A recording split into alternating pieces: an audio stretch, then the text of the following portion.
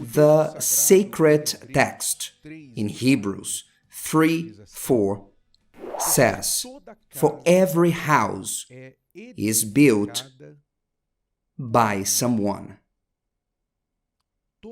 For every house is built by someone, but he who built all things is God. Let's understand the two parts of this verse. When you see a house, whether it's the house you live in or someone else's house or an apartment, any building, you don't think it came out of nowhere. You don't think this was just born, just came out of the ground or fell from the sky. No, you think someone projected, designed this house, someone built it. That's why it exists. Just as any human edification was built by human hands, the family, which is a divine construction, is also built by the people who are part of it and by its builder, God. This is what this verse is talking about. For every house is built by someone, but he who built all things is God. The first part of this verse teaches us the following. You want to have a happy marriage. People dream of having a relationship that they are loved, respected, and happy. The human being has this universal desire in any nationality, culture, financial status. It's in the human being to have a family, to form a family, and be happy with this relationship. But it's not enough to desire it. Many desire this and don't get it. Because a happy family is not luck. It does not come out of nowhere. It does not fall from the sky. A happy family is a building, a construction. A happy marriage is something built, which usually starts with someone. Eventually, both parties come together. But usually, one is the builder and the other is the helper. And interestingly, the Bible calls the woman the builder of her house. The wise woman builds her house, says the Bible, but the foolish pulls it down with her hands. Does it mean all the responsibility lies with the woman? No, because in Psalm 128, it speaks about the man who fears the Lord and also has their house, their family, their children edified because he fears God.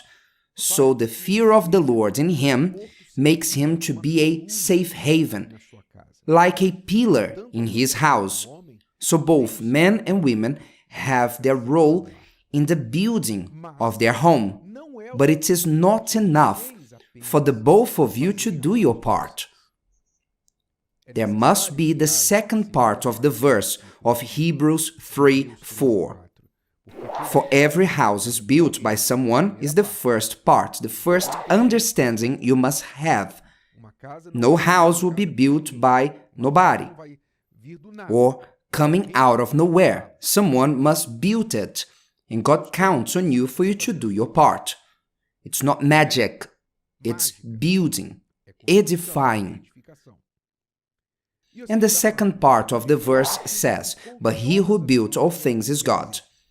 In other words, if you work to build your family, to build your marriage, but you work only with your own strength, thinking because we love each other, we will be happy, and you put God in the background, per se, it will not happen, because Psalm 127 also says, unless the Lord builds the house, they labor in vain who build it. So you can go to couples therapy, you can read books, you can look for advice from friends, grandparents, parents. You can look for anything to edify, to build your marriage.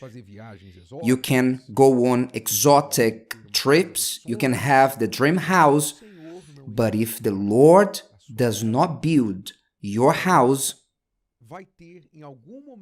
it will have at some point some flaws, either leaks in the ceiling or cracks on the walls. Something will go wrong in the relationship, as it happens in the marriages of this world.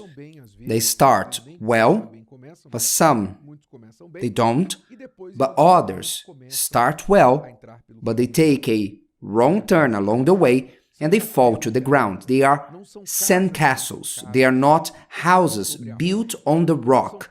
They are not houses built in partnership with God. They are houses that are built with materials that cannot resist the hardships of life, or the influence of third parties, or the human inclinations. One looks at another woman, or they look at someone outside of their marriage, and they get involved with them, they betray, they commit mistakes, and soon after, the family is destroyed, and then there is a divorce. Why? Because they are not built with material that will keep the house standing. Only God can give them the right material. So do you desire to have an edified home, a firm, strong home? What do you need? You have to understand that you must do your part to set the bricks, choose the material well, to engage in the construction of your home. This starts from singlehood. The mistake of many single ones is to delay their love life. Now I only want to study, I want only to work. I'm focused on saving some money, focusing on my career, and they think that their love life can be put on a shelf somewhere, closed, behind locked doors, and they can open it whenever they need. They think that's how it works. But what happens is, at university you will fall in love for someone, or at your workplace you will feel needy, and you, completely unprepared, moved by the need for attention or a desire to solve the loneliness you're suffering with, completely unprepared, because unprepared people attract unprepared people. And you will get frustrated because you wanted to invest in your career, your studies, which is okay. But it doesn't need exclusivity, leaving your love life to the side. What impedes you from investing in your love life at the same time? And prepare yourself. So this is the mistake of many young people, to think, now I won't do anything. You need to start the building of your house from its roots.